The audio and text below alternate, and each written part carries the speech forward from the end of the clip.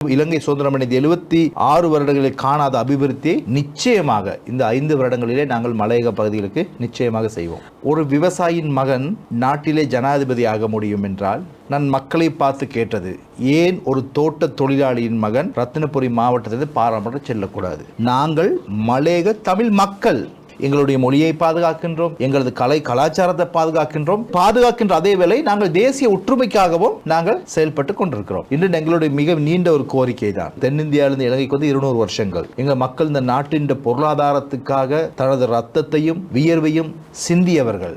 இன்று இலங்கை என்ற திருநாட்டை உலகத்து அறிவித்தவர்கள் எமது தோட்ட தொழிலாளர்கள். அவர்களுக்கென்று ஒரு கைப்பிடி அளவு கூட ஒரு மண் சொந்தம் கிடையாது. இறுதி வரை முரண்பட்டு கொண்டிருந்தால் 5 வருடத்தின் பின்பு நாங்கள் முரண்பட்டதுதான் மிகுதியாக இருக்கொழிய எங்கள் மக்களுக்கு செய்த சேவை பூச்சியமாக இருக்கும். இலகுவாக காணிகளை பெற்றுக்கொண்டு அபிவிருத்தியை நாங்கள் செய்யக்கூடிய ஒரு நல்ல ஒரு சூழல் என்று கிடைத்திருக்கிறது. தோட்டப்புறத்தில் இருக்கின்ற மனைகளுக்கு மின்சாரம் பெறுகின்ற பொழுது தோட்டத்தினுடைய அனுமதி தேவையில்லை. அதில் சாதாரணமாக அந்த கிராம சேகர் உறுதி செய்தால் அது போனதுமானதாக நாங்கள் ஏற்றுக்கொள்ளும். வாக்களித்து ஒரு பிரதேச சபைக்கு தங்களுடைய பிரதிநிதியை தெரிவு செய்யப்படுகின்ற மக்களுக்கு அந்த பிரதிநிதியினூடாக சேவை செய்ய முடியாத உலகத்தில் இருக்கின்ற ஒரே ஒரு மக்கள் கூட்டம் மலையக மக்கள் தான். அதாவது தங்களுடைய தாய்மொழியிலே கல்வியை கட்ட வேண்டியது அவனுடைய உரிமை.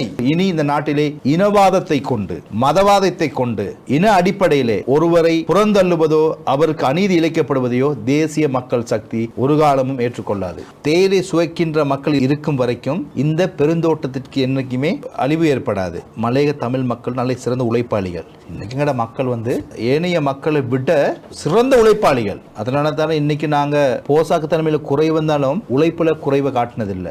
இன்று பசுமையா இருந்த தேயிலை தோட்டங்களை இன்று காடுகளாக மாறி இருக்கிறார்கள். அப்ப எங்க நாட்டில இருந்து வெளிநாட்டுக்கு போயிட்டு வீடுகளில் வேலை செய்யல எங்கட தோட்டத்தில் எங்கட கொழுந்து பறிக்கிறது ஒன்று தப்பு கிடையாது. அது கௌரவமான தொழில் தானே. கடந்த காலத்தில் நாட்டிட மக்களுக்கு உணவு உண்பதற்காக ஒருவேளை உணவு உட்கொண்ட நேரத்திலே பாராளுமன்றத்திலே ஆயிரக்கணக்கு பெருமதியான உணவை வெறும் 300 ரூபாய்க்கு பகல் உணவை உண்டார்கள். 76 வருடங்களாக இந்த ஊழல் ஆட்சியிலே தானே எங்க நாடு நாசமா போயிருக்கிறது.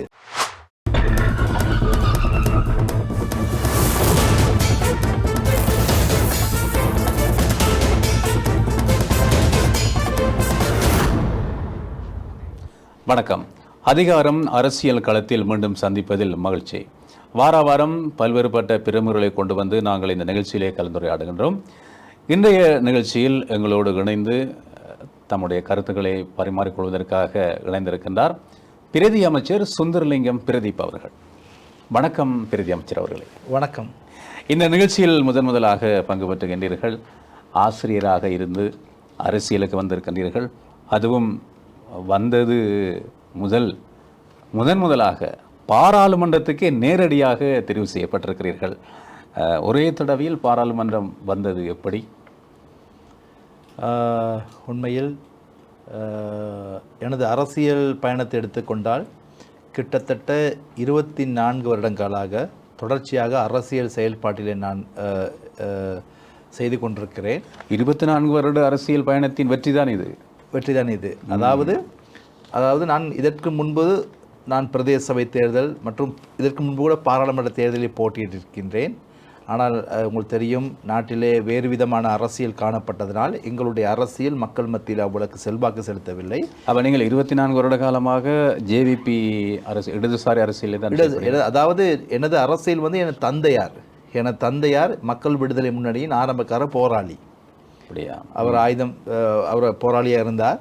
அதன் பின்பு அந்த வழியில் தான் நானும் இந்த கட்சிக்குள்ளே இணைகின்றேன். ஏனென்றால் நாங்கள் இந்த நிகழ்ச்சியிலே உங்களை முதல் தடவையாக சந்திக்கின்றோம், அதிகார நிகழ்ச்சியிலே. அதனால் தான் கேட்கின்றோம், நம்முடைய ரசிகர்களுக்கும் சுந்தரலிங்க பிரதீப் என்றால் யார் என்று அறிந்து கொள்ள வேண்டுமே. 24 வருட அரசியல் பயணத்துக்கு பின்னர் கிடைத்திருக்கின்ற வெற்றி இதை சொல்லுங்கள். நிச்சயமாக கடும் போராட்டத்து துன்ப துயரங்கள் மற்றதிலே எங்கள் கொள்கையை விட்டு கொடுக்காமல் தொடர்ச்சியாக அந்த பாதையிலே பயணித்தனால் இந்த நிலைக்கு நான் உண்மைக்கு வந்திருக்கிறேன். இந்த தடவை நிச்சயமாக வெல்ல முடியும் என்று நம்பிக்கை இருந்தது உங்களுக்கு? நிச்சயமாக. அதாவது நான் கூறியிருந்தேன், அதாவது இலங்கையில் முற்றிலுமாக இந்த அரசியல் முறைமை மாற்றப்பட்டிருக்கிறது. நான் கூறியது போல ஒரு விவசாயியின் மகன் நாட்டிலே ஜனாதிபதி ஆக முடியும் என்றால் நான் மக்களை பார்த்து கேட்டது, ஏன் ஒரு தோட்ட தொழிலாளியின் மகன் ரத்தினபுரி மாவட்டத்திலிருந்து பாராளுமன்றம் செல்லக்கூடாது. மக்களே நீங்கள் முடிவெடுங்கள். மக்கள் முடிவெடுத்திருக்கிறார்கள். விவசாயியின் மகன் ஜனாதிபதியாக வர முடியும் என்றால் ஏன் ஒரு தொழிலாளியின் மகன் வர முடியாது என்று கேட்கிறீர்கள்? ரத்தினபுரி மாவட்டத்தில் இதற்கு முன்பு வரலாற்றை பார்த்தால் தமிழர்கள் யாருமே வாக்குகள் மூலமாக பாராளுமன்றத்துக்கு தெரிவு செய்யப்படவில்லை என்பது வரலாறு. நீங்கள் சுமார் 1,00,000க்கும் அதிகமான 1,12,713 வாக்குகளை பெற்றிருக்கிறீர்கள். இது எப்படி சாத்தியமானது? அதாவது மக்கள், பெரும்பான்மையான மக்கள் அவர்கள் முடிவெடுத்தால் அவர்களுடைய வாக்குகள் மூலமாக அது தெரிவாகுவது வேறு விஷயம். நீங்கள் சொல்வதைப் போல ஒரு சிறுபான்மை தமிழராக இருந்து கொண்டு, அதுவும் ரத்தினபுரி போன்ற பின்தங்கிய மாவட்டத்தில், பின்தங்கிய சொல்வது அரசியல் ரீதியாகவும் கூட, சிந்தனை மூலமாக கூட சொல்லலாம், எப்படி இது உங்களுக்கு சாத்தியமாக்கப்பட்டது? இந்த வெற்றியை நாங்கள் இவ்வாறு பார்க்கலாம். ஒன்று, எனது அரசியல் பயணமானது நீண்டகால போராட்டமானது தமிழ், சிங்கள, முஸ்லீம் 3 இன மக்களுக்காக போராட்டமாக அமைந்தது. மற்றொன்று, நான் இலங்கை ஆசிரியர் சேவை சங்கத்தில் தேசிய அமைப்பாளராக கிட்டத்தட்ட ஆசிரியர் சேவைக்குள்ளே 18 வருடங்கள் நான் எங்களுடைய தொழிற்சங்கத்திலே இருந்ததனால் அங்குள்ள ரத்தினபுரி மாவட்டத்தில் சகல ஆசிரியர் அதிபர்களுக்கும், அதாவது சிங்கள, தமிழ், முஸ்லீம் அனைவர்களுக்கும் நான் பரிச்சித்தமானவன். மற்றொன்றுதான், இது தேர்தல் காலங்களிலே தமிழ் மக்களுக்கும் நாங்கள் கூறியிருந்தோம், இது ஒரு அருமையான சந்தர்ப்பம், இந்த சந்தர்ப்பத்தை நீங்கள் கைவிட்டீர்கள் என்றால் மீண்டும் ஒரு சந்தர்ப்பம் எனக்கு வாய்க்காது, எனவே நீங்கள் இந்த சந்தர்ப்பத்தை பயன்படுத்தி கொள்ளுங்கள் என்று நான் கோரிக்கை விடுத்தேன். அதே போல் எனது அரசியல் உங்களுக்கு தெரியும், கிட்டத்தட்ட 14 பேர் போட்டியிட்டார்கள். பல பேராசிரியர்கள், வைத்தியர்கள், சட்டத்தரணிகள் எல்லாரும் போட்டியிட்டு அதே போட்டியில் தான் நானும் ஒரு ஆசிரியராக, ஒரு தோட்ட தொழிலாளி பிள்ளையாக போட்டியிட்டேன். இனி மக்கள் மாவட்டத்திலே 2ஆம் இடத்தை எனக்கு வழங்கியிருக்கிறார்கள். ஆமாம், இந்த வெற்றிக்கு பின்னால் பெரும்பான்மை மக்களுடைய வாக்குகள் அதிகமாக இருந்ததாக சொன்னார்கள். உண்மையிலேயே சுந்தரலிங்க பிரதீப் தான் தெரிந்து அவர்கள் வாக்களித்தார்கள், அவர் சொன்னார்கள் இல்லை அவர்கள் பிரதீப்புக்கு தான் வாக்களித்தார்கள் என்று. இதனுடைய உண்மைத்தன்மை என்ன? இல்லை, நான் சுந்தரலிங்கம் பிரதீப் என்பது நான் தோட்ட தொழிலாளியின் பிள்ளை என்று, அதாவது காவத்தில் நடந்த ஒரு பொதுக்கூட்டத்திலே எமது ஜனாதிபதி அன்றகுமார திசாநாயக் அங்கு உரையாற்றுகின்ற பொழுது அதன் பின் அவரும் கூறியிருந்தார். அதே போல அந்த கூட்டத்திலே நானும் மிக தெளிவாக கூறியிருந்தேன். இந்த நான் கூறியது போல ஜனாதிபதி, விவசாயியின் மகன் ஜனாதிபதியாக முடியும் என்றால் நான் ஏன் பாராளுமன்றம் செல்ல முடியும், சிங்களத்தையும் கூறினேன். இதை சிங்கள மக்கள் மத்தியிலே இம்முறை ரத்தினபுரி மாவட்டத்திலிருந்து மலையக மக்கள் சார்பாக ஒருவர் அனுப்ப வேண்டும் என்று அந்த மக்கள் முடிவெடுத்திருக்கின்றார்கள். அதாவது உங்களுக்கு தெரியும், ரத்தினபுரி மாவட்டத்திலே கொலன தொகுதியில் தான் எனக்கு அதிகூடிய விருப்பு வாக்குகள் அளிக்கப்பட்டிருந்தன. கொலன பிரதேசத்தை பொறுத்தவரை தமிழர்கள் மிக மிக குறைவு. அப்போ அங்கு அதிகமாக வாக்களித்திருக்கிறார்கள் என்றால் அவர்கள் தெரிந்துதானே வாக்களித்திருக்கிறார்கள். இல்லை, அதுதான் இந்த வெற்றிக்கு பின்னர் தேர்தல் பெறுவர் வெளியானதுக்கு பிறகு நீங்கள் சமூக வலைத்தளத்தில் சொன்னீர்கள் 1,12,700 வாக்கு பெற்றது பிறகு சில விமர்சனம் முன்வைக்கப்பட்டதாக சொன்னார்கள். இல்லை, அவர்கள் இப்படி நினைத்து வாக்களித்து விட்டதாக ஒரு கதை இருந்தது. அது உண்மைதானா?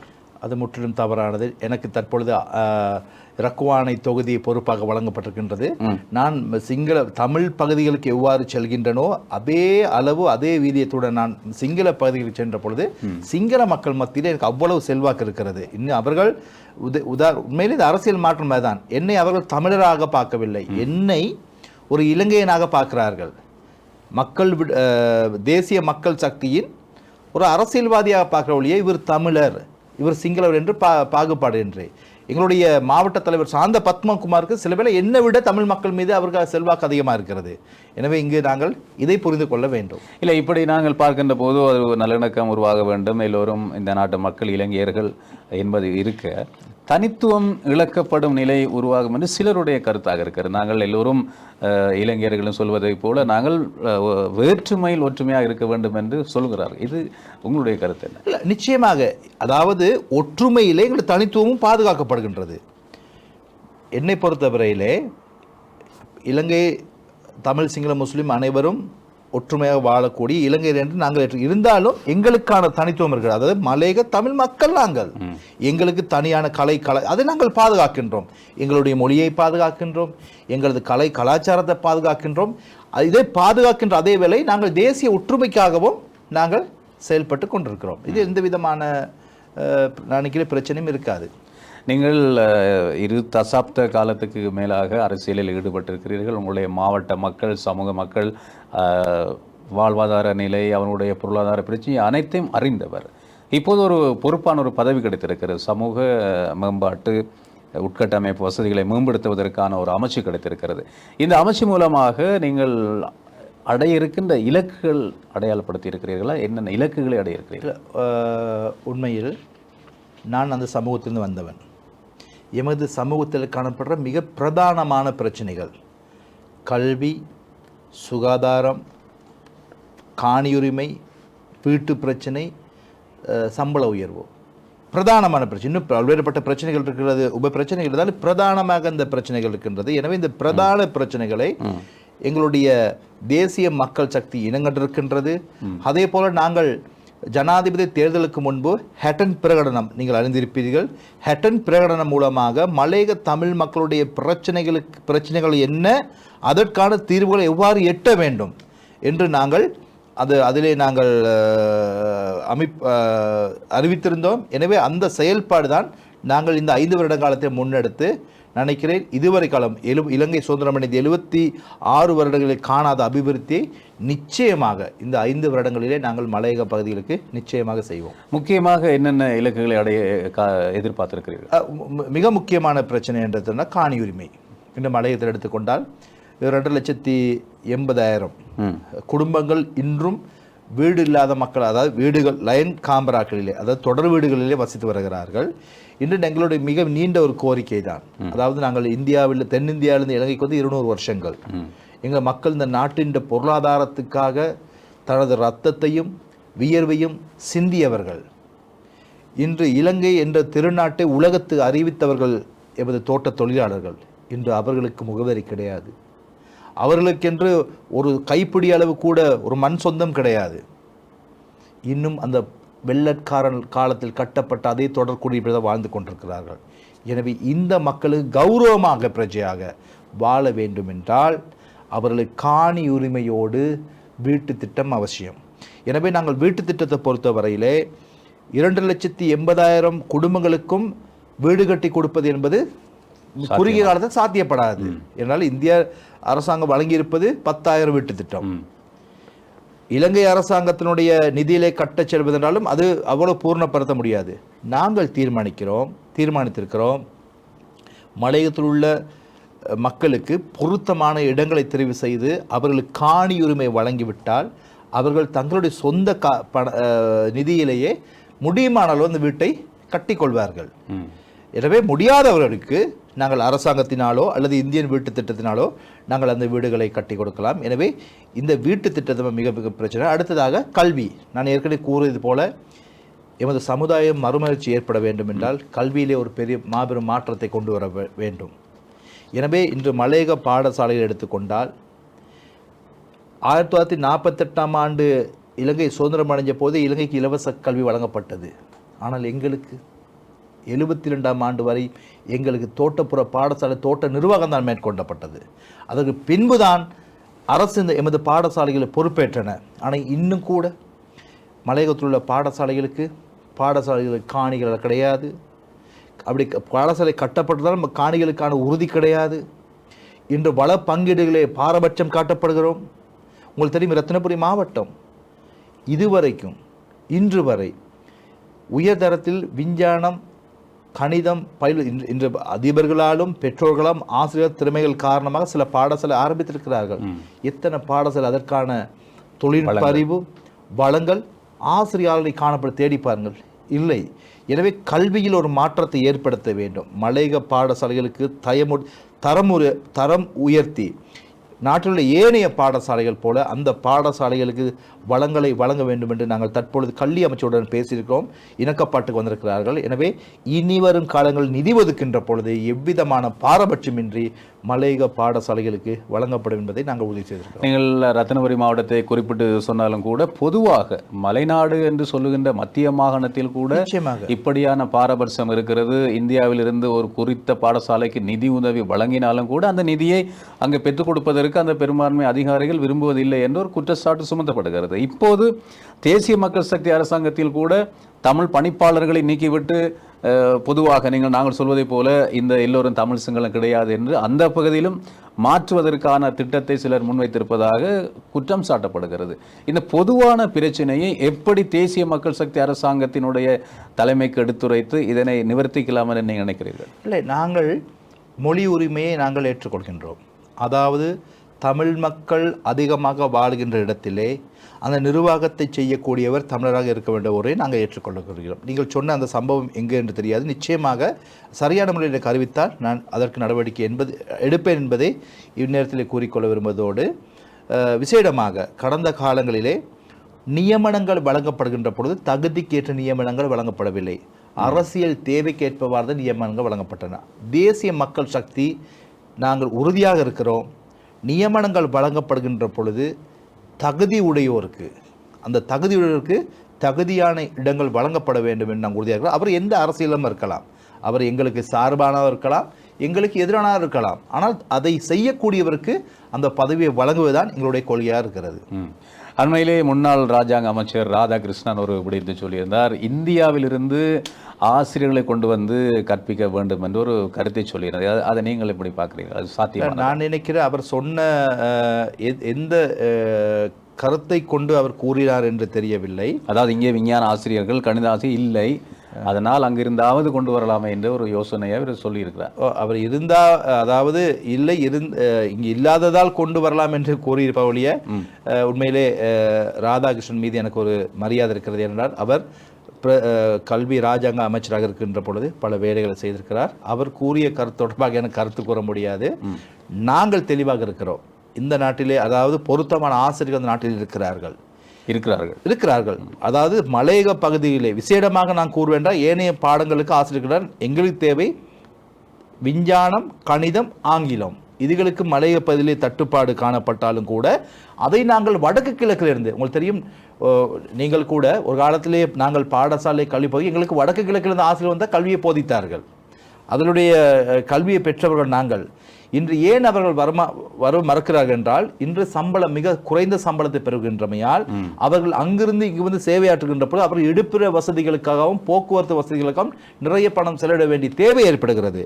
எனவே அந்த அவர்களுக்கான விசேட கொடுப்பனவை வழங்குகின்ற பொழுது நிச்சயமாக குறிப்பிட்ட காலத்துக்கு வடக்கு கிழக்கில் உள்ள கணித விஞ்ஞான ஆசிரியரிடம் எமது மலையக சேவையை நாங்கள் பெற்றுவிட்டு நாங்கள் அதன் பின்பு எங்கள் மலையகத்திலே அந்த கணித விஞ்ஞான பட்டதாரிகள் நாங்கள் உருவாக்கிய பின்பு அந்த ஆளணியை நாங்களே பூர்த்தி செய்யக்கூடிய நிலைமை ஏற்படும். இந்திய வீடமைப்பு சம்பந்தமாக சொன்னீர்கள்.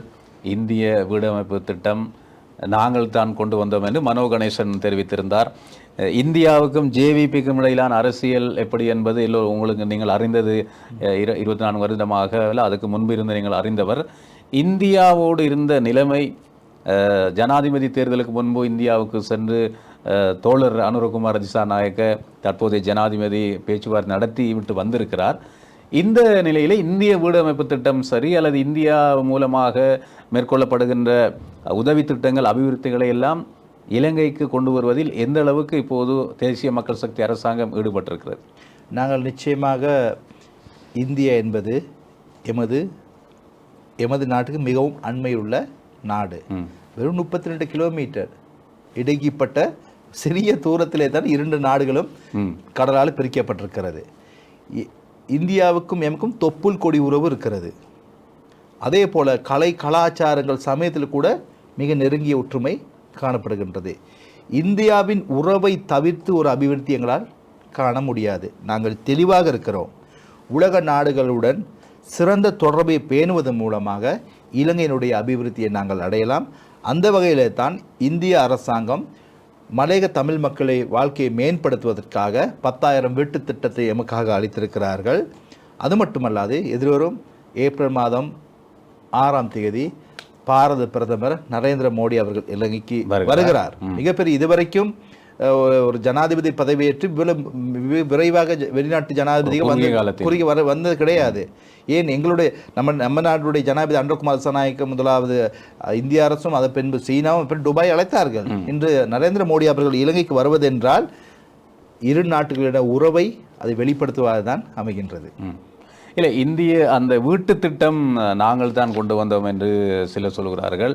அந்த வீட்டு திட்டத்தை பெறுவதில் அதனுடைய மேம்பாடு சம்பந்தமாக ஏதும் சிக்கல் ஏற்படலாமா, அல்லது இந்த ஒற்றுமை இல்லாததன் காரணமாகத்தானே எல்லாம் சிக்கலாக அதாக சொல்கிறார்கள்? உங்களுடைய செயற்பாடு எப்படி இருக்கும்? மனோ கணேசன் சொல்கிறார், நாங்கள் தான் கொண்டு வந்து இதனை செயற்படுத்தினோம் என்று குறிப்பிட்டிருந்தார். இன்னொரு அவரை நான் பிறகு வருகிறேன். இல்லை, உண்மையில் நாங்கள் கொண்டு வந்ததும் நீங்கள் கொண்டு வந்ததும் என்ற கதை இங்கு பொருத்தமற்றது. அதாவது இந்திய அரசு நன்கொடையை வழங்கியது இலங்கை மக்களுக்கு. அதை நாங்கள் தான் கொண்டு வந்தோம், நாங்கள் தான் செய்தோம் என்று யாரும் சொந்தம் அல்லது அதுக்கு உரிமை கோர முடியாது.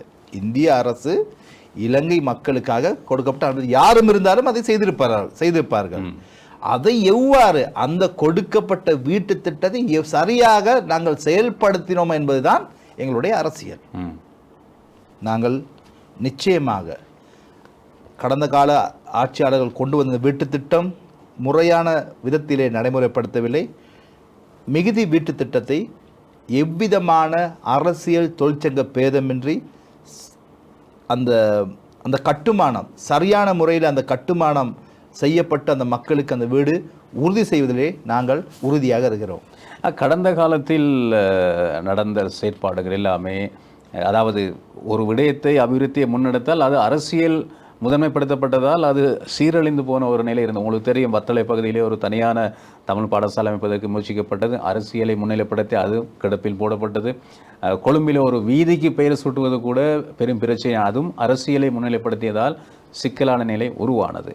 சரி, நாங்கள் பெருந்தோட்ட பகுதி அபிவிருத்தி என்று பார்க்கின்ற போது இந்த தமிழ் அரசியல்வாதிகளுடைய ஒற்றுமையை கட்டி வளர்க்க வேண்டும் என்ற ஒரு நோக்கம் இல்லை உங்களுக்கு? எல்லோரையும் ஒருவனையை திரட்டி அபிவிருத்தியை உறுதியாக முன்னெடுப்பதற்கான ஒரு திட்டம். நான் பதவியேற்றவுடன் நான் மலையக அரசியல் கட்சி தலைவர்களுக்கும் கட்சிகளுக்கும் நாங்கள் அழைப்பு எடுத்திருக்கோம். இன்றும் கூட அதே நிலையத்தில் இருக்கிறோம். நாங்கள் முரண்பட்டு கொண்டு இறுதி வரை முரண்பட்டு கொண்டிருந்தால் 5 வருடத்தின் பின்பு நாங்கள் முரண்பட்டதுதான் மிகுதியாக இருக்கோழிய எங்கள் மக்களுக்கு செய்த சேவை சீரோவாக பூச்சியமாக இருக்கும். வாருங்கள், ஒன்றிணைவோம். உங்களுடைய யோசனைகள், உங்களுடைய அனுபவங்களை எங்களோடு பகிர்ந்து கொள்ளுங்கள். ஓரணியில் நாங்கள் எமது மக்களுக்கான அபிவிருத்தி செய்வோம். அரசியலை உங்களுடைய தனிப்பட்ட ரீதியிலே தனித்தளத்தில் நீங்கள் மேற்கொள்ளலாம். எனவே நாங்கள் செய்யும் நல்ல திட்டங்களுக்கு நீங்கள் ஆதரவு தாருங்கள். அந்த திட்டங்களில் ஏதாவது பிழைகள் ஏற்படுத்தும் இடத்திலே நீங்கள் நட்புடனோ அல்லது எதிரணியிலிருந்தோ அதை நீங்கள் சுற்றி காட்டுங்கள். ஆனால் இன்று பாராளுமன்றத்தில் இருக்கின்ற எதிரணியினுடைய கருத்து என்ன? அவர்கள் எதுக்காக குரல் கொடுக்கிறார்கள் என்பது நாட்டு மக்களுக்கும் உங்களுக்கும் தெரியும். நீங்கள் சொன்னீர்கள் 200 வருட கால வரலாறு நமக்கு இருக்கிறது, 200 வருட காலமாக இன்னும் அப்படி இருக்கின்றோம் என்று. தொப்புள் கொடி உறவு என்றும் சொன்னீர்கள். ஆனால் இந்தியாவில் இருந்து வந்த முக்கியமான பதவியில் இருந்த ஒருவர் சொன்ன ஒரு கருத்து என்ன சொன்னால், தொப்புள் கொடி என்பது அறுக்கப்பட வேண்டும், அறுத்தால் தான் பிள்ளை வாழும். இன்னமும் நீங்கள் இந்தியா என்று சொல்லிக் கொண்டிருப்பதை விடுத்து நீங்கள் முன்னுக்கு வர வேண்டும் சொன்னார். அதே நேரம் இந்த தேசிய மக்கள் சக்தி அரசாங்கத்தின் போது உங்களோட நீங்கள் இந்த சந்தர்ப்பத்தை பயன்படுத்த வேண்டும். இந்த 200 வருடம் என்று சொல்லிக்கொண்டு, ஏன்னா நாகரிகம் என்பது நகர்ந்து வருவது, நீங்கள் சமூக விஞ்ஞானம் கற்றவர், தெரிந்திருக்கும். இந்த சமூகத்தை அல்ல ஒரு இனக்குழுமத்தை தேசிய ரீதியில் கொண்டு வராமல் மலையகம் அல்லது வேறு இந்திய வம்சாவளி என்று தனித்து வைத்திருப்பது கல்வி கற்ற சமூகத்துக்கு அவ்வளவாக பிடிப்பு இல்லை என்ற ஒரு கருத்து இருக்கிறது. இது பற்றி உங்களுடைய கருத்து? இல்லை, நான் மிக தெளிவாக கூறுகிறேன். அதாவது நீங்கள் கூறியவை எங்களுக்கென்று தனி அடையாளம் இருக்கிறது, கலை கலாச்சாரம் இருக்குது. நாங்கள் மலையக தமிழ் மக்கள். இதற்கு முன்பு இந்திய வம்சவழி என்று எங்களை அழைப்பதாக கூறினார்கள். நாங்கள் கூறுகிறோம், நாங்கள் இந்தியாவிலிருந்து வந்தவர்கள் தான். ஆனால் 200 இடங்கள் கடந்து விட்டது. இப்பொழுது நாங்கள் பல பரம்பரைகள் நாங்கள் அதை சொல்ல வேண்டுமா என்றுதான் கேட்கிறார்கள். அதை சொல்லிக் கொண்டுதான் முன்னேற வேண்டும். நாங்கள் வரலாற்றை மறக்கக்கூடாது, நாங்கள் வரலாற்றை ஞாபகப்படுத்தலாம்.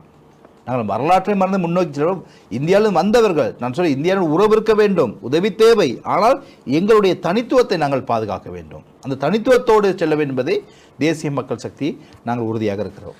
நாங்கள் இந்த தோட்டப்புற அபிவிருத்தி சம்பந்தமாக பேசுகின்ற போது பாராளுமன்றத்தில் அண்மையில் முன்னாள் அமைச்சர் ஜீவன் தொண்டமான் ஒரு விடயத்தை சொல்லியிருந்தார். அதாவது தோட்டப்புறங்களில் அபிவிருத்தியை செய்கின்ற போது நிர்வாகங்கள் தடையாக இருப்பதாக சொல்லியிருந்தார். அதாவது நிர்வாகத்திடம் சென்று மண்டிட்டு இருக்க வேண்டிய நிலை இருக்கிறது என்று. இந்த நிலைமையில் உங்களுடைய அபிவிருத்தியை எப்படி அணுகலாம் என்று இருக்கிறீர்கள்? நீங்கள் சந்தித்திருக்கின்ற சவால்கள் எதுவும் இருக்கிறதா இதுவரை காலத்தில்? இல்லை, உண்மையில் மிகப்பெரிய வாய்ப்பு எனக்கு கிடைத்திருக்குது. என்னவென்றால், இவ்வளவு காலமாக பெருந்தோட்ட அமைச்சு இன்னொருவரிடமும் அதாவது சமூக உட்கட்டமைப்பு வச்சு இன்னொரு காணப்பட்டது. எனவே இந்த பெருந்தோட்ட அமைச்சருக்கும் உட்கட்டமைப்பு அமைச்சருக்கும் இடையிலான சரியான உறவு காணப்படவில்லை. சில வேளை பெருந்தோட்டத்துக்கு பொறுப்பான அமைச்சர் மலையக மக்களுடைய அபிவிருத்திக்கு எதிராக இருப்பார். அது அரசியல் காரணமாக. அதை அரசியல் பணியை மேற்கொண்டால் அவர்களுடைய செல்வாக்கு அதிகரித்துவிடும். அவருடைய கட்சி அதிகமாக மலையக கட்சிகள் தான் இந்த உட்கட்டமைப்பு வசதிகள் அமைச்சு இருந்திருந்தார்கள். ஏன்னா இவர்கள் செல்வாக்கு கிடைத்துவிடும் என்பதற்காக அந்த பெருந்தோட்ட பெரும்பான்மை கட்சிகள் அவர்களுக்கு அந்த இழுபறி நிலையை மேற்கொண்டது. நீங்கள் சொல்வது பிளான்டேஷன் இண்டஸ்ட்ரீஸ் என்று. அதாவது பெருந்தோட்டம் என்பது புறம்பாக காணப்பட்ட ஒரு அமைச்சு.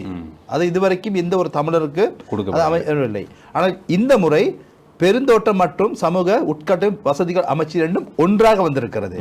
எனவே இரண்டுக்கும் நாங்கள் தான் அமைச்சர்கள். எனவே எந்த விதமான பாகுபாடின்றி நாங்கள் எங்களுக்கு கீழ் பெருந்தோட்ட நிறுவனங்கள் இருப்பதால் இலகுவாக காணிகளை பெற்றுக்கொண்டு அபிவிருத்தியை நாங்கள் செய்யக்கூடிய ஒரு நல்ல ஒரு சூழல் என்று கிடைத்திருக்கிறது. அதாவது அபிவிருத்தி செய்கின்ற தோட்ட நிர்வாகங்களுடைய தலையீடு இருக்க வேண்டிய தேவையில்லை. ஏன்னா தோட்ட நிர்வாகம் இருப்பது எங்களுக்கு ஈடே. இப்போ அண்மையில் கூட ஒரு விடயம் தெரிவிக்கப்பட்டது. அதாவது தோட்டத்தில் உள்ள வீடுகளுக்கு மின்சாரத்தை பெறுவதற்கு கூட தோட்ட நிர்வாகங்களுடைய கடிதம் பெற வேண்டும், அது இல்லாமல் செய்ய வேண்டும் என்று ராதாகிருஷ்ணன் கூட குறிப்பிட்டிருந்தார். அந்த உண்மையில் நான் கூறியது போல உண்மையில் இந்த நிலை மாற்றி அமைக்கப்பட வேண்டும். எனவே நாங்கள் தற்போது அறிவித்திருக்கிறோம். இது தொடர்பாக நாங்கள் முன்னுக்கு உத்தியோகபூர்வமாக இருக்கிறோம். அதாவது மின்சாரம் பெற வேண்டும் என்பது இந்த நவீன காலத்தில் மின்சாரம் பெற என்பது அது அடிப்படை உரிமை. அதை வழங்காமல் நீங்கள் உங்களோட வீட்டுக்கான உறுதி இருக்கிறதா? அத்துமீறி நீங்கள் வீடு கட்டி இருக்கிறீர்கள், தோட்டத்தில் வேலை செய்யாவிட்டால் உங்களுக்கு கடிதம் வழங்க முடியாது என்று பல்வேறுபட்ட இழுத்தடிப்புகளை கடந்த காலத்தில் செய்து வந்திருக்கின்றார்கள். நாங்கள் இலங்கையிலே இருக்கின்ற அனைத்து குடிமக்களுக்கும் ஒரு குடிசை வீடு கட்டினாலும் கூட அந்த வீட்டுக்கு மின்சார இணைப்பை பெறக்கூடிய உரிமை அவர்களுக்கு இருக்கிறது. இது யாராலும் தடுக்க முடியாது. எனவே மிக விரைவிலே ஒரு எழுத்து மூலமாக அது சட்ட ரீதியாக நாங்கள் உறுதி செய்வோம். அது எப்படி செய்யலாம் என்று இருக்கிறீங்க? பாராளுமன்றத்தில் பிரேரணை கொண்டு வந்து அதனூடாக நாங்கள் கொண்டு வரலாம். அதாவது தோட்டப்புறத்தில் இருக்கின்ற மனைகளுக்கு மின்சாரம் பெறுகின்ற பொழுது தோட்டத்தினுடைய அனுமதி தேவையில்லை. அதை சாதாரணமாக அந்த கிராம சேகர் உறுதி செய்தால் அது போனதுமானதாக நாங்கள் ஏற்றுக்கொள்ளப்படும்.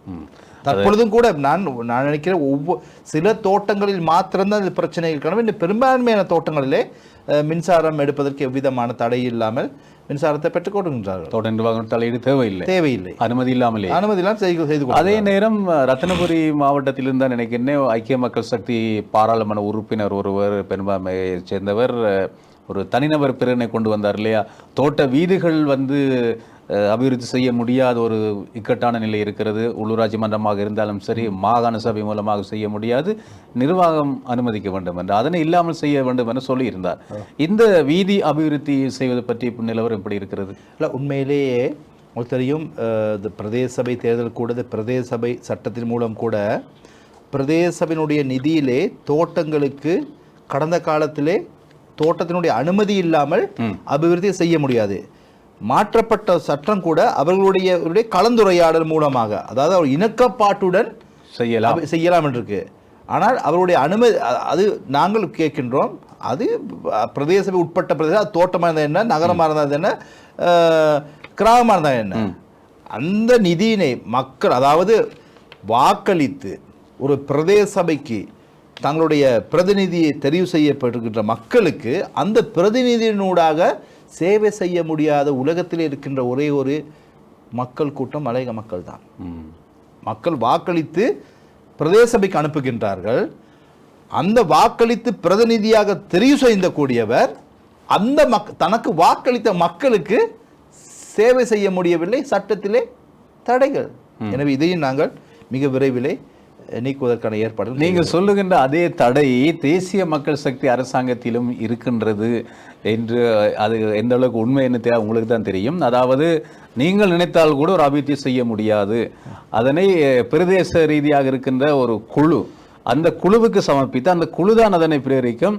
ஆகவே பிரதி அமைச்சர் அல்ல, எந்த அமைச்சராக இருந்தாலும் தேசிய மக்கள் சக்தி அரசாங்கத்தில் எழுந்த மாடமாக செய்ய முடியாது, அந்த குழுவுக்கு சமர்ப்பித்து அவர்கள் உறுதிப்படுத்திய பின்னர் தான் தெரிவிக்க வேண்டும் என்று சொல்லுகிறார்கள். இது இதனுடைய உண்மைத்தன்மை இல்லை, அது ஒரு தவறான புரிதல். நாங்கள் இது ஒரு சிறந்த அதாவது வட்டார சபை.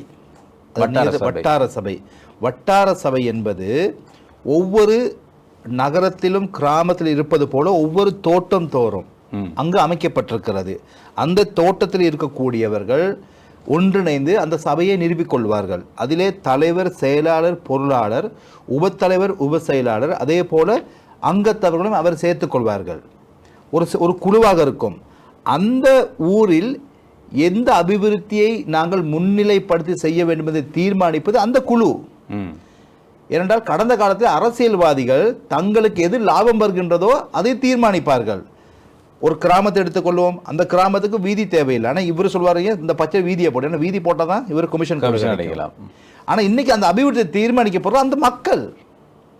அப்போ இவருக்கு தீர்மானிக்க முடியாது, இவரால் நிதியை மாத்திரம் ஒதுக்க முடியும் ஒழிய அந்த அபிவிருத்தினை செய்யக்கூடிய மக்கள். அடுத்து இரண்டாவது, கடந்த காலங்களில் ஒதுக்கப்பட்ட நிதி முழுமையாக அந்த அபிவிருத்திக்காக பயன்படுத்தப்பட்டதா? இல்லை. உதாரணத்துக்காக ஒரு ரோட் போடுறது 10 லட்சம் ஒதுக்கப்பட்டால் உண்மையில் 5 லட்சத்துக்கு தான் வேலை செய்வார். மீது 5 லட்சம் கமிஷனாக போய்விடும். கிட்டத்தட்ட உதாரணத்துக்கு 10 வருஷத்துக்காக போடப்படுகின்ற வீதி 2 வருடத்தில் உடைந்து போகின்ற நிலைமை காணப்பட்டது. எனவே அந்த அபிவிருத்தியை மேற்பார்வை செய்து அதை செய்வது அந்த மக்கள் என்பதால் சிறந்த முறையில் தங்களுடைய ஊர், எங்களுடைய பிரதேசம், எங்களுக்கான அபிவிருத்தி என்று அவர்கள் மக்களாக உணர்ந்து செய்கின்ற பொழுது அந்த வேலை திறம்பட சரியாக செய்வார்கள். அங்கு ஊழல் என்பது இல்லாமல் சிறந்த முறையிலே செய்வதற்காகத்தான் இந்த முறை அறிமுகம் செய்யப்பட்டது. அந்த வட்டார குழு என்பது அரசியல் சார்ந்தது இல்லையா? எப்படி அந்த குழுவை நியமிப்பீர்கள்? ஏனென்றால் அது ஜேவிபி குழுவாக இருக்குமா அல்லது எப்படி? பொதுமக்கள் அதுக்கு எந்த விதமான அரசியல் தலையை வழிநடத்துவது? அது வழிநடத்துவது என்பது அந்த ஊருக்கு ஒரு தலைவர் இருப்பார். அதாவது இப்ப நாங்கள் எங்களுடைய தேசிய மக்கள் சக்தி அல்லது அந்த ஊர்லேயே அந்த இருப்பார்கள். அதாவது அந்த ஊர்ல ஒரு தலைமைத்துவம் தாங்கக்கூடியவர்கள் அல்லது அரச உத்தியோகத்தர்கள், அது அந்த கொஞ்சம் படித்தவர்கள் இருப்பார்கள். அவர்கள் தான் அந்த பொறுப்படுத்த அந்த சபையை அமைத்துக் கொள்வார்கள். அதுக்கு ஒரு ஆலோசனைகளை நாங்கள் வழங்குவோம். அவர்கள் எங்களுடைய கட்சி அரசியல் இருக்க வேண்டும் என்ற அவசியம் கிடையாது. அவர்கள் தங்களுடைய பிரதேசத்துக்கு தேவையான அவர்களுடைய அபிவிருத்தி மாத்திரமல்ல, அந்த ஊருக்கு ஒரு பிரச்சனை என்றால் அந்த ஊருக்கு தலைமை, அதாவது ஊருக்கு ஒரு பிரச்சனை, அதை தீர்த்து வைக்கக்கூடிய அதிகாரம் அந்த சபைக்கு இருக்கிறது. அடுத்து அந்த ஊருடைய பிரச்சனைகளை வெளியே கொண்டு செல்வதற்கும் அதை தீர்வை பெற்றுக்கொள்ளக்கூடிய அதிகாரமும் அந்த குழுவில் இருக்கிறது. அபிவிருத்தி மாத்திரமல்ல, ஒட்டுமொத்த ஊரினுடைய இன்னல்களுக்கு தீர்வை பெற்றுக் கொடுக்கும் ஒரு அமைப்பாக அது செயல்படலாம். இதே சில வேளை பிரதி அமைச்சர் அல்லது பாராளுமன்ற உறுப்பினர் அந்த பிரதேசத்துக்கு ஒரு அபிவிருத்தி தேவை என்று நினைக்கிறேன் என்று வைப்போமே, அப்படி என்றால் என்ன நடக்கும்? அந்த குழுவுக்கு சமர்ப்பி நீங்களும் குழுவுக்கு சொல்ல வேண்டுமா அல்லது உங்களுடைய அதிகாரத்தை பயன்படுத்தி செய்ய வேண்டியதா இருக்கும்? இல்ல, அந்த பொதுவாக அந்த குழு தான் கோரிக்கை வைப்பார்கள். இப்போ ஒரு ஊர்ல என்ன அபிவிருத்தி செய்யறது அந்த ஊர் மக்கள் தான் தெரிவிப்பாங்க. அந்த ஊர் மக்கள் தனித்தனியாக தெரிவிப்பாங்க. அந்த குழுவினுடைய தெரிவிக்கிற போது இன்னும் இலகுவாக இருக்கும், ஒரு வெளிப்படை தன்மை இருக்கும். அதாவது ஒதுக்கப்பட்ட நிலை 2025ஆம் ஆண்டுக்கு ஒதுக்கப்பட்ட நிதியில இப்ப நாங்க உண்மைக்கு எங்களுக்கு குடிநீர் தேவைப்பட்டிருக்கும், ஆனா நாங்க காப்பட் போடணும்னு சொல்லுவோம். கான்கிரீட் ரோட்ல போகலாம், நாங்க என்ன சொல்ல, ஆனா மக்கள் குடிநீர் கிடையாது. ஒருத்தர் சொல்லுவாரு இல்ல இது காப்பட் ரோட் தான் போகணுங்குவாரு. அப்ப அந்த கான்கிரீட்டுக்கு மேல காப்பட் போடுறது அல்ல, மக்கள் குடிநீர் பெற்று. அப்ப அதை தீர்மானிப்பது ஏனென்றா அரசியல்வாதி இல்லை, அந்த ஊர் மக்கள். அதற்கு நாங்கள் தலை சாய்த்து அந்த அபிவிருத்தியை நாங்கள் செய்வோம். பிரதி அமைச்சர் என்ற வகையில் வந்து நீங்கள் ஒரு மாவட்டத்துக்குள்ளே முடங்கி இருக்க முடியாது இல்லையா? பிரதேச அபிவிருத்தி குழுவிலும் நீங்கள் உறுப்பினராக இருக்கிறீர்கள். நீங்கள் சொன்ன அந்த கொலன்ன 2 பிரதேசங்களுக்கு மூன்று பிரதேச செயல்களுக்கு நான் பொறுப்பாக இருக்கிறீர்கள். அதே நேரம் ஏனைய மாவட்டங்களுக்கு செல்ல வேண்டும் இல்லையா? அப்படி நீங்கள் அடையாளம் கண்ட விரைந்து நடத்த செய்ய வேண்டிய தேவைகள் என்று சொன்னால் எதுவும் அடையாளம் கண்டிருக்கிறீர்களா? உண்மையில் மலையகம் என்றால் குறிப்பிட்ட சில மாவட்டங்கள் தான் கடந்த காலத்தில் அடையாளப்படுத்தப்பட்டன. ஏன் நாங்கள் வாழும் மாவட்டங்கள் ரத்தினபுரி, கேகாலை, காலி, ஹம்பந்தோட்டை, களுத்துறை, குருநேகல், கிட்டத்தட்ட மலையக மக்கள் 14 மாவட்டங்களை வாழ்கின்றார்கள். மேல் மாகாணத்திலும் இருக்கின்ற அவிசாவில் இருக்கிறார்கள். இந்த மக்கள் அபிவிருத்தியிலே புறக்கணிக்கப்பட்ட மக்களாக இருந்தார்கள். சில நீங்கள் தென்னில நான் அண்மையிலே டெனியாய பகுதிகளுக்கு சென்றிருந்த பொழுது காலி மாவட்டம் அங்கு உள்ள தமிழ் மாணவர்கள் தங்களுடைய மொழியை மறந்து விட்டார்கள், தங்களுடைய கலாச்சாரத்தை மறந்து விட்டார்கள். ஏன்? அவர்கள் சிங்கள பாடசாலைகளில் சென்று சிங்களத்தை கற்கின்றார்கள். அது நான் சிங்களத்தை கற்பதில் தவறென்று கூறவில்லை. இருந்தும் அவர்களுக்கு தமிழ் மொழியை கற்பதற்கான பாடசாலை இல்லை என்பதுதான் குறைபாடு. அதாவது தங்களுடைய தாய்மொழியிலே கல்வியை கற்க வேண்டியது அவனுடைய உரிமை. அந்த உரிமை கடந்த கால அரசாங்கத்திலே மறுக்கப்பட்டிருக்கின்றது. அது மட்டுமல்லாது இன்னும் காலி பகுதிகளுக்கு சென்றால் அங்குள்ள மலையக மக்கள் வாழ்கின்ற அந்த சூழலானது இன்னும் மிக மோசமாக இருக்கிறது. இன்று அவர்களுக்கான வீதி வசதி, குடிநீர் வசதி, கல்வியை பெற்றுக்கொள்ள பாடசாலை போன்றவற்றும் இன்னும் புறக்கணிக்கப்பட்ட மக்களாக இருக்கிறார்கள். எனவே நாங்கள் இந்த மாவட்டங்கள், அதாவது மலையகத்திலே மிகவும் பின்தங்கிய மாவட்டங்களுக்கு முன்னுரிமை கொடுத்து அந்த மாவட்டங்களை அபிவிருத்தி செய்வதற்காக நான் தீர்மானித்திருக்கிறேன். நீங்கள் சொன்ன இந்த கல்வி கட்டமைப்பு, பாடசாலை கட்டமைப்பில் தீர்க்கப்பட வேண்டிய பிரச்சனைகள் ஏராளம். ஆனால் அண்மையில் உங்களுக்கு தெரியும், ஹட்டன் பகுதியிலே பிள்ளைகள், பாடசாலை மாணவர்கள் போக்குவரத்து சபை பஸ்ஸில் இருந்து இறக்கி விடப்பட்டார்கள். அப்படி போக்குவரத்து பிரச்சனைகள் சந்திக்கின்ற ஏராளமான பகுதிகள் இருக்கின்றன. இவற்றுக்கு ஏதாவது புதிய பஸ் சேவை நடத்துவதற்கு அல்லது பாடசாலை சேவைகள் நடத்துவதற்கான அரசாங்கத்தினூடாக செய்வதற்கான ஏற்பாடுகள் ஏதாவது ஆலோசனை இருக்கின்றதா? இல்லை யோசித்திருக்கிறீர்களா? அதாவது இலங்கை போக்குவரத்து சபை, அதாவது போக்குவரத்து சபை என்பது சேவையை நோக்காக கொண்டது. தனியார் பஸ் வண்டிகள் லாபத்தை நோக்கமாக கொண்டது. இலங்கை போக்குவரத்து சபை சேவையை நோக்கமாக கொண்டது. எனவே அவர்கள் என்ன செய்ய வேண்டும்? பாடசாலை மாணவர்களுக்கு முன்னுரிமை வழங்கப்பட வேண்டும். அதாவது காலை நேரத்திலே அவர்கள் பாடசாலைக்கு செல்வதும் மாலை நேரத்திலே அவர்கள் வீடு செல்வதற்கும் அந்த பஸ் சேவையை அவர்கள் ஒதுக்க வேண்டும். ஆனால் கடந்த காலத்திலே அவர்கள் லாப நோக்கத்தை நோக்காக கொண்டு எவ்வளவு ஒரு நாளில் அவர்கள் உழைத்துக் கொள்ள முடியுமோ அதற்காக மாணவர்களை இறக்கிவிட்டு பொதுமக்களை ஏற்றிச் செல்வதன் மூலமாக டிக்கெட், இவருக்கு போங்க சீசனில் பாடசாலை மாணவர்கள் சீசனில் அந்த சேவை கட்டணம் போனாலும் பஸ்ஸுக்கு பெரிய வருமானம் வராது. பொதுமக்களை ஏற்றணும், அவர்களுக்கு வருமானம் வரும். எனவே நாங்கள் தற்பொழுது அறிவித்திருக்கிறோம், பாடசாலை மாணவர்களுக்கு நீங்கள் முன்னுரிமை வழங்கப்பட வேண்டும் என்று. எனவே கினிகத்தனுடைய சம்பவம் நாட்டிலே ஒரு பரபரப்பை ஏற்படுத்தியது. உடனடியாக நானும் அதற்கு தலையீடு செய்து எங்களுடைய போக்குவரத்து அமைச்சர் பிமல் ரட்நாயக் அவர்கள் உடனடியாக தலையீடு செய்து அவரை தற்பொழுது பணி நீக்கம் செய்கின்றோம். நான் அறிவிக்கிறேன், இனிவரும் காலங்களில் இந்த நாட்டிலே இனவாதத்தை கொண்டு, மதவாதத்தை கொண்டு, இன அடிப்படையிலே ஒருவரை புறந்தள்ளுவதோ அவருக்கு அநீதி இழைக்கப்படுவதையோ தேசிய மக்கள் சக்தி ஒரு காலமும் ஏற்றுக்கொள்ளாது. போக்குவரத்து வசதி இல்லாத பகுதிகளுக்கு புதிய சேவைகளை வழங்குவது பற்றி சிந்திக்கவில்லையா? பாடசாலை பிள்ளைகளுக்கு நிச்சயமாக நாங்கள் தற்பொழுது புதிய பஸ்களை இறக்குமதி செய்வதற்காக தீர்மானித்திருக்கிறோம்.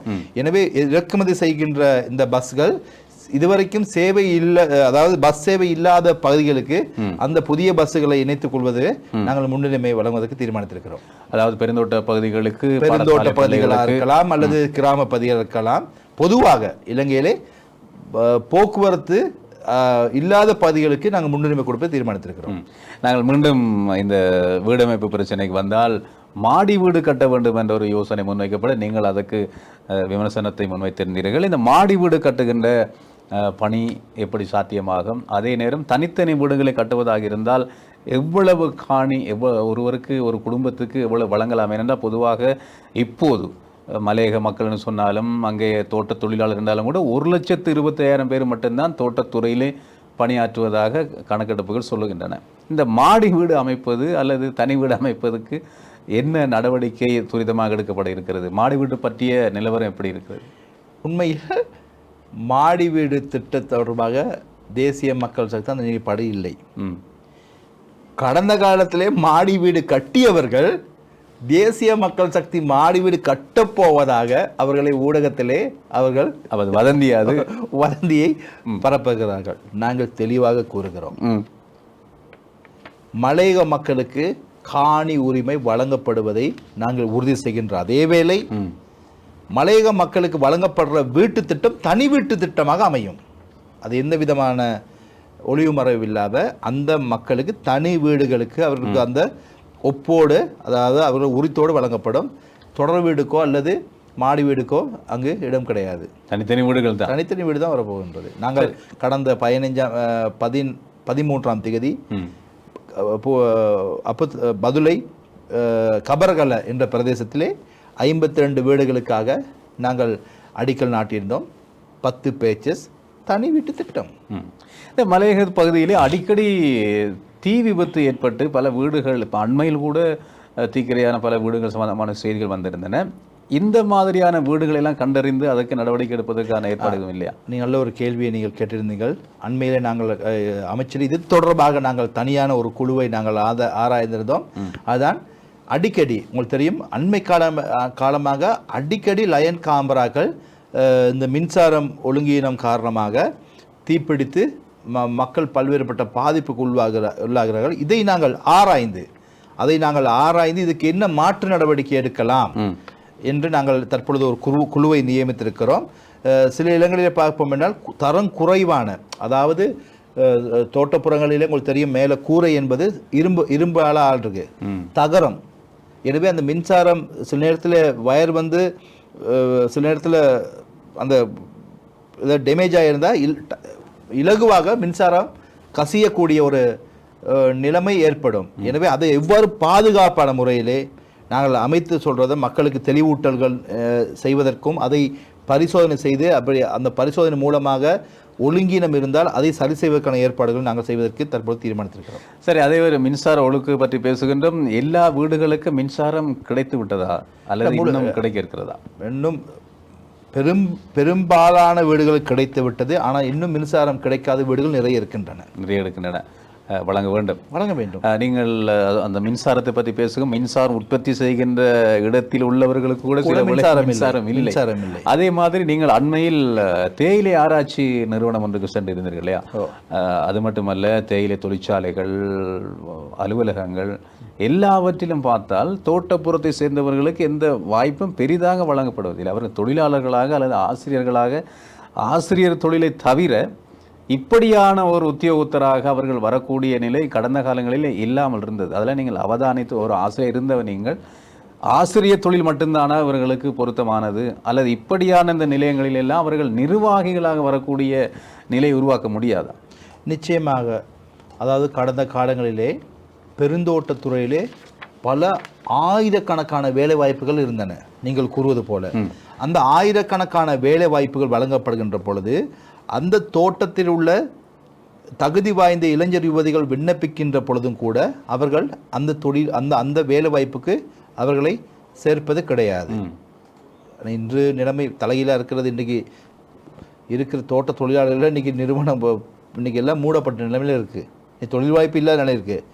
நாங்கள் எதிர்காலத்தில் இந்த தோட்டத்துறையை விருத்தி செய்கின்ற பொழுது, மேல் கட்டமைப்பை செய்கின்ற பொழுது அதுக்கான வெற்றிடத்துக்கு அந்த தோட்டப்புறம் உள்ள படித்த இளைஞர் யுவதிகளுக்கு முன்னுரிமை கொடுப்பது என்பது தேசிய மக்கள் சக்தியினுடைய தீர்மானம். நடக்கும் நிச்சயமாக. அதே போல இந்த நீங்கள் சொன்ன அந்த நிர்வாகத்தை போல இந்த விவசாயத்துறையில் அல்லது பயிற்சிகை பிளான்டர்ஸாக வருவதற்கெல்லாம் வாய்ப்புகள் இருந்தும் மறுக்கப்படுவதாகத்தான் இன்னும் சொல்லிக் கொண்டிருக்கிறார்கள். சிலருக்கு ஆசை இருக்கிறது வருவதற்கு. அப்படியான ஏற்பாடு எதுவும் செய்யக்கூடிய வாய்ப்பு இருக்கிறதா? உண்மையில் நாங்கள் தற்பொழுது உங்களுக்கு தெரியும், மலையக தமிழ் மக்கள் நல்ல சிறந்த உழைப்பாளிகள். இன்றைக்கிங்கட மக்கள் வந்து ஏனைய மக்களை விட சிறந்த உழைப்பாளிகள். அதனால தானே இன்றைக்கி நாங்கள் போசாக்கில் எங்களோட மக்கள் போசாக்கு தன்மையில் குறை வந்தாலும் உழைப்பில் குறைவை காட்டினதில்லை. காலையில் 7 மணிக்கு மலைக்கு போனால் பின்னர் 5 மணிக்கு வரை காலையில் எந்த உற்சாகத்தோடு அவர்கள் வேலை செய்கிறார்களோ பின்னேரம் 5 மணி வரை அதே உற்சாகத்தோடு வேலை செய்ய மக்கள் இன்னும் மலையக மக்கள் என்பது இன்று முழு உலகத்துக்கே தெரியும். எனவே இந்த மக்களுக்கு ஒரு வேலையை கொடுத்தால் அவர் சரியான செய்வார்கள். எனவே நாங்கள் எதிர்வரும் காலங்களிலே இந்த தரிசு நிலங்கள், தோட்டப்புறங்களில் இருக்கின்ற தரிசு நிலங்களை இந்த மக்களுக்கு வழங்குவதன் மூலமாக அந்த மக்களுடைய உழைப்பினூடாக அதை அபிவிருத்தி செய்து அந்த மக்களுக்கு நியாயமான சம்பளமோ அல்லது அந்த வருமானத்தை பெற்றுக்கொண்டு நாட்டை அபிவிருத்தி செய்வது என்பது உண்மைக்கு நாங்கள் தீர்மானித்திருக்கிறோம். உங்களுக்கு பெரிதாக சொல்ல வேண்டிய அவசியமில்லை. நீங்கள் சொன்னீர்கள் 2 தசாப்தத்துக்கு மேலாக அரசியல் செய்தவர், இந்த மக்களை பற்றி நன்கு அறிந்தவர். 200 வருட விடயத்தையும் சொன்னீர்கள், உழைப்பாளர்கள் என்று சொன்னீர்கள். இந்த உழைப்பு, இந்த பெருந்தோட்டத்துறை என்பது இன்னும் எவ்வளவு காலத்துக்கு நீடிக்கும் நினைக்கிறீர்கள்?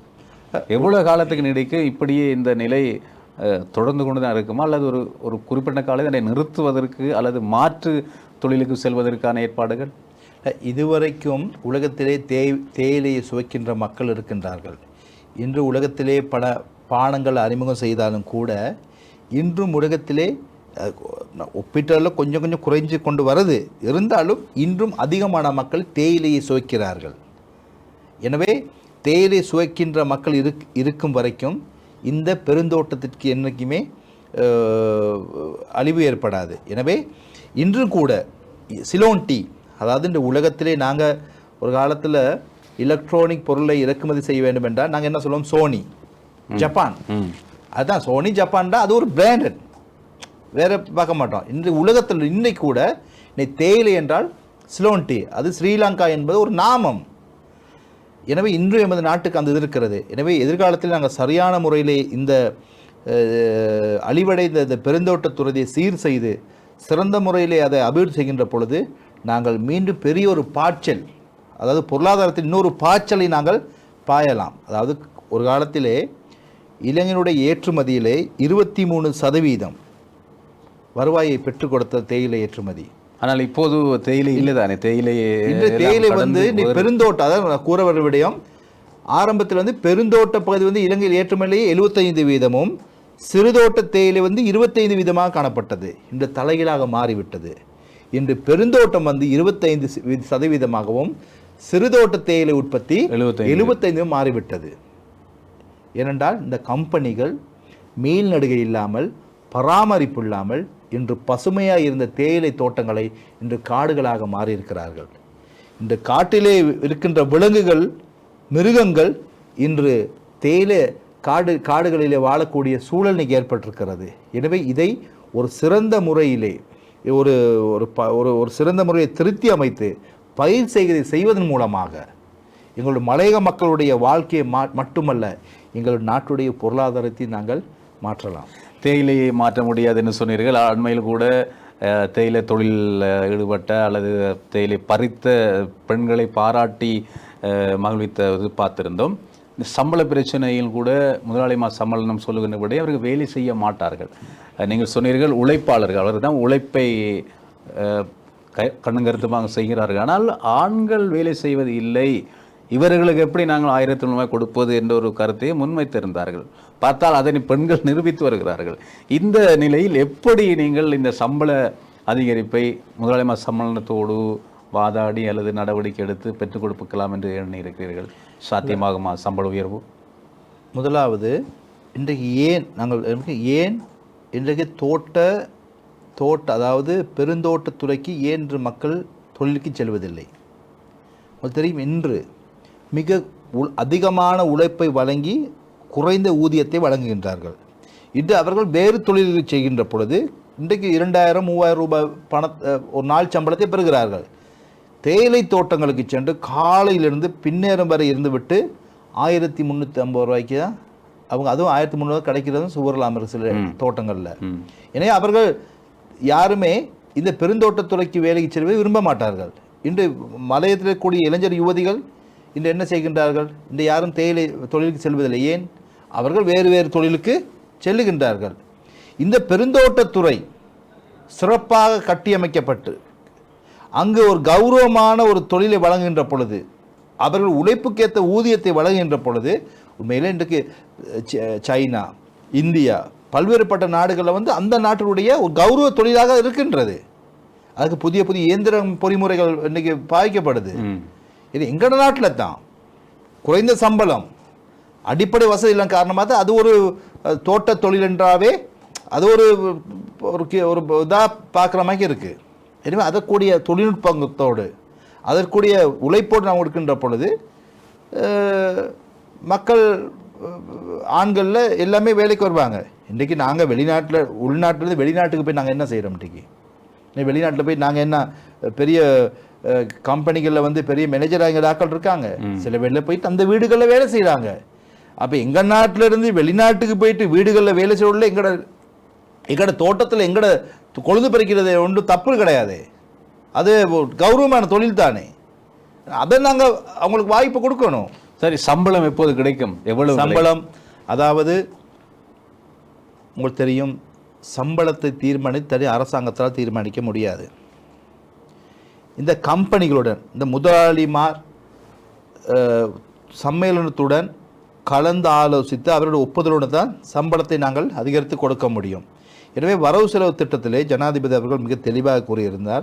தோட்ட தொழிலாளர் சம்பளம் 1750 ரூபாவாக 1700 ரூபாவாக அதிகரிக்கப்படும் என்று கூறியிருக்கிறார். நாங்கள் 2 தடவை நாங்கள் அமைச்சு மட்டத்திலே பேச்சுவார்த்தை நடத்தியிருந்தோம். எதிர்வரும் காலத்திலே ஜனாதிபதி அவர்கள் அந்த நிறுவனங்களோடு பேச்சுவார்த்தை நடத்துவதற்கு தீர்மானித்திருக்கிறார். இன்று ஒன்றை புரிந்து கொள்ள வேண்டும்.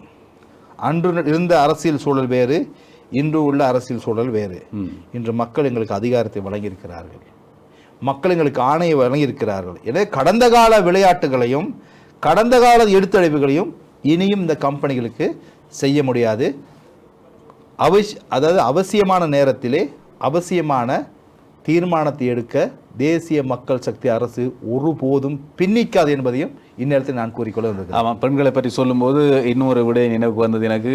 இந்த வீட்டு பணிப்பெண்களாக வந்து வெளிநாட்டில் அல்ல, கொழும்பில் வந்து அவர்கள் பல்வேறு இன்னல்களுக்கு ஆளாகின்ற விஷயங்கள் எல்லாம் வெளியாகி இருந்தது ஊடகங்கள் மூலமாக. இந்த துறை சம்பந்தமாக ஏதாவது கவனம் செலுத்துவதற்கு எண்ணம் இருக்கிறதா? இல்லை, நான் ஏற்கனவே கூறியது போல இன்றும் மலையகத்தில் இருக்கின்ற எமது இளைஞர் யுவதிகள் வேலை இல்லாத காரணமாக இன்னும் கொழும்பு போன்ற நகர்ப்புறங்களுக்கு வந்து அவர்கள் வீட்டு தொழில்பட்ட பல்வேறுபட்ட இன்னல்களுக்கு முகம் கொடுக்கிறார்கள். இன்று உங்களுக்கு தெரியும், பல விடயங்களை நாங்கள் பத்திரிகை ஊடாக செய்திகளோட அறிந்திருக்கிறோம். சரியான விசாரணைகள் கூட நடக்காமல் பல பல பல விடயங்கள் மூடி மறைக்கப்பட்டிருக்கின்றது. எனவே நாங்கள் இது ஒரு விழிப்புணர்வு செய்ய வேண்டும். அடுத்து அவர்களுக்கான வேலை வாய்ப்பு, அதாவது நாங்கள் இந்த வரவு செலவு திட்டத்திலே மலையக இளைஞர் யுவதிகளுக்கு தொழில் பயிற்சியை வழங்குவதற்காக கிட்டத்தட்ட 550 மில்லியன் ரூபாயை நாங்கள் ஒதுக்கியிருக்கிறோம். ஏன்? எதிர்வரும் காலங்களிலே மலையக இளைஞர் யுவதிகளுக்கு ஒரு தொழில் பயிற்சியை வழங்க வேண்டும். இன்று நாங்கள் மலையக இளைஞர் யுவதிகளுக்கு ஒரு NVQ4, நீங்கள் நிறைய இன்றைக்கி சுற்றுலாத்துறை இருக்கிறது, இன்று ஹோட்டல் மேனேஜ்மெண்ட் இருக்கின்றது, ஆட்டோமொபைல், பல்வேறுபட்ட கோர்சஸ் இருக்கிற பாடத்திட்டங்கள் இருக்கின்றது. நாங்கள் என்ன செய்கின்றோம்? அதுகளை அந்த பாடத்திட்டத்தினூடாக அதனுடைய சிறப்பு தேர்ச்சியை பெற்று அவர்கள் நிறுவனங்களுக்கு வேலைக்கு செல்கின்ற பொழுது ஒரு சிறந்த சம்பளத்தை பெறலாம். இன்று நாங்கள் நேரடியாக இந்த நகர்ப்புறங்களுக்கு வேலைக்கு வருவதனால் நீங்கள் கூறுவது போல பல்வேறுபட்ட பாதிப்புகளை ஏற்படுது. எனவே நாங்கள் எதிர்காலத்தில் அதை குறைப்பதற்கான ஏற்பாடும் அதனுடைய அவ்வாறு செல்களுடைய பாதுகாப்பு உறுதி செய்வதற்காகவும் நாங்கள் சட்டங்களை நாங்கள் வகுக்க இருக்கிறோம். நீங்கள் ஆசிரியராக இருந்தபோது தோழர் பிரதீப் என்று தானே அழைக்கப்பட்டீர்கள், அழைக்கப்படுவதுதானே வழக்கம். ஆனால் இப்போது தேசிய மக்கள் சக்தி அரசாங்கத்தில் உள்ளவர்கள், பாராளுமன்ற உறுப்பினர்கள், அமைச்சர்மார், பிரதி அமைச்சர்கள் எல்லாம் பிடிக்க முடியவே இல்லைன்னு சொல்கிறார்கள். அவர் சற்று தூரமாக விலகி போவதாக சொல்கிறார், ஒரு கருத்து இருக்கிறது. உண்மையாது? உண்மையில்லை.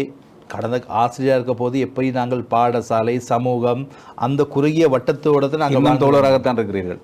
தோழர் இருக்கின்றோம். இன்று நாடு, ஒரு காலத்திலே நான் காபத்தை ரத்தினபுரி பிரதேசத்தில் உள்ளவன், நாடு முழுக்க செல்ல வேண்டிய தேவை இருப்பதனால் கொஞ்சம் கடினமாக தான் இருக்கிறது. எனினும் மக்கள் சேவையை ஆரம்பத்தை விட தற்போது அதிகமாக சேவை செய்து கொண்டிருக்கிறோம். அரசாங்கம் வந்த மாத்திரத்தில் இருந்ததை போல் அல்ல, இப்போது அதனுடைய போக்கு வேறு விதமாக இருக்கிறது என்று சிலருடைய கருத்து இருக்கிறது. உள்ளூராட்சி மன்ற தேர்தல் நடக்கப் போகிறது. நீங்கள் இதுவரை காலம், அதாவது தேசிய மக்கள் சக்தி அரசாங்கம் வந்த காலத்திலிருந்து பதவியேற்றிருந்து செய்த சேவைகள் இந்த உள்ளூராட்சி மன்ற தேர்தலுக்கு போதுமானதாக இருக்கிறதுன்னு நினைக்கிறீங்களா? நிச்சயமாக மக்கள் தேசிய மக்கள் சக்திக்கு எதற்காக வாக்களித்தார்கள், அதை நாங்கள் அந்த மக்கள் ஆணையை புரிந்து கொள்ள வேண்டும். முதலாவது, நாட்டினுடைய லஞ்சம், ஊழல், வீண் விரயத்தை குறைக்க வேண்டும் என்றார்கள். இன்றைக்கு அதை நாங்கள் ஜனாதிபதியிலிருந்து கீழ்மட்ட அரசியல்வாதி வரைக்கும் நாங்கள் அதை செய்திருக்கிறோம். இன்றைக்கி வீண் விரைவு கிடையாது. ரெண்டாவது, இன்று ஒரு முன்மாதிரியான அரசியலை நாங்கள் ஏற்படுத்தியிருக்கிறோம். முன்மாதிரி அரசியல் நாங்கள் ஏற்படுத்தியிருக்கிறோம். இன்று வரவு செலவு திட்டத்திலே ஜனாதிபதி அவர்கள் பொதுமக்களுக்கு பல்வேறுபட்ட திட்டங்களை அறிவித்துவிட்டு இறுதியாக சொல்கிறார், எதிர்காலத்திலே பாராளுமன்ற உறுப்பினருக்கான ஓய்வூதியம் நீக்கப்படும், அவர்களுக்கு வழங்கப்படுகின்ற காப்புறுதி 10 லட்சத்திலிருந்து 2.5 லட்சம் ரூபாவாக குறைக்கப்படும். அது மட்டுமல்லாது பாராளுமன்ற உறுப்பினருக்கான வாகன இறக்குமதிக்கான அனுமதி பத்திரமும் நீக்கப்படும். மக்கள் எதிர்பார்த்தது. அது மட்டுமல்லாது கடந்த காலத்தில் நாட்டிட மக்களுக்கு உணவு உண்பதற்காக ஒருவேளை உணவு உட்கொண்ட நேரத்திலே பாராளுமன்றத்திலே ஆயிரக்கணக்கான பெறுமதியான உணவை வெறும் 300 ரூபாய்க்கு பகல் உணவை உண்டார்கள். இன்றைக்கி நிலைமை என்ன? இன்றைக்கி பாராளுமன்றத்தில் இன்றைக்கி உணவினுடைய தொகை அதிகரிக்கப்பட்டிருக்கு. இன்னைக்கு பாராளுமன்றத்தில் கேண்டீனில் போய் பார்த்தீங்கன்னா இன்றைக்கி எதிர்கட்சி யாரும் வர்றதில்லை. ஏன்? அதை இந்த அரசியல் மாற்றத்தை செய்திருக்கிறோம். இன்று எந்த ஒரு அரசியல்வாதிக்கும் கூற முடியுமா, இன்று ஜனாதிபதி அந்த ஒப்பந்தத்தை செய்தார், இந்த ஒப்பந்தத்தை செய்தார், நாட்டை காட்டி கொடுத்தார், அல்லது அந்த அமைச்சர் கமிஷனை பெற்றுக்கொண்டார், அவர் ஊழல் செய்தார் என்று கூற முடியாது. இல்லை, இதெல்லாம் பொதுமக்களுக்கு என்ன நன்மையை கொண்டு வரும் என நீங்கள் நினைக்கிறீர்கள்? பொதுமக்கள் அதை எதிர்பார்த்து தான், அதனால தானே எங்களோட நாடு 76 வருடங்களாக இந்த ஊழல் ஆட்சியிலே தானே எங்கள் நாடு நாசமாக போயிருக்கிறது. அதை சீர் செய்ததானே இதெல்லாம் நிப்பாட்ட வேண்டும் என்று தானே எங்களுக்கு வாக்களித்திருக்கிறார்கள். எனவே இதை நிப்பாட்டு மட்டுமல்ல, இன்னைக்கு சிறந்த வெளிநாட்டு தொடர்புடனாக இன்று பல முதலீடுகளை நாட்டுக்கு நாங்கள் கொண்டு வருகிறோம். அமெரிக்கா, ஜப்பான், சீனா, இந்தியா இன்று நாடுகள் இன்றைக்கு முதலீடுகளை எங்கள் நாட்டுக்கு வழங்குவதற்கு தயாராக இருக்கிறார்கள். கடந்த காலத்தில் ரத்து செய்த திட்டங்களை ஜப்பான் மீண்டும் நடைமுறைப்படுத்தியிருக்கின்றன. இன்று வெளிநாட்டு சுற்றுலா பிரயாணிகள் லட்சக்கணக்கான வந்து இன்று வருகின்றார்கள். இன்றைக்கு டாலருடைய பெறுமதி இன்றைக்கு ஒரு ஸ்திர தளத்தில் இருக்கிறது. பங்குச்சந்தையினுடைய அந்த நிலை சாதகமாக இருக்கிறது. பொருளாதாரம் மிகவும் ஸ்திரமான தன்மை இருக்கிறது. இன்னும் குறுகிய காலத்திலே நாட்டினுடைய பொருளாதாரத்தை நாங்கள் கட்டியெழுப்ப மாத்திரமல்ல, உலகத்தின் சிறந்த நாடாக இலங்கையை நிச்சயமாக குறுகிய காலத்தில் மாற்றோம் என்பதை இந்த நிகழ்ச்சியினூடாக நான் தெரிவித்துக் கொள்கிறேன். மிக்க நன்றி பிரதி அமைச்சர் சுந்தரலிங்கம் பிரதீப் அவர்களே. அதிகாரம் அரசியல் களத்தில் இணைந்து தேசிய மக்கள் சக்தி அரசாங்கத்தினுடைய செயற்பாடுகள், நடவடிக்கைகள், அது மட்டுமல்லாமல் உங்களுடைய இலக்குகள் பற்றியெல்லாம் எமக்கு விலாவாரியாக சொன்னீர்கள். நிகழ்ச்சியின் சார்பில் எங்களுடைய தயாரிப்பாளர்கள் துளசீபன், கலிஸ்டஸ் அவர்கள் அனைவருக்கும் எமது நன்றியை தெரிவித்து, உங்களுக்கும் நன்றி தெரிவித்து, இந்த நேர்காணலை செய்தமைக்காக கேபிட்டல் நிறுவனத்திற்கும் சிறந்த ஊடக என்றதில் உங்களுக்கும் மனமார்ந்த நன்றியை தெரிவித்துக் கொள்கின்றேன். நன்றி, வணக்கம். அதிகாரம் நிகழ்ச்சியிலிருந்து விடைபெறுகின்றோம். மீண்டும் அடுத்த வாரம் நாம் சந்திக்கலாம். நன்றி, வணக்கம்.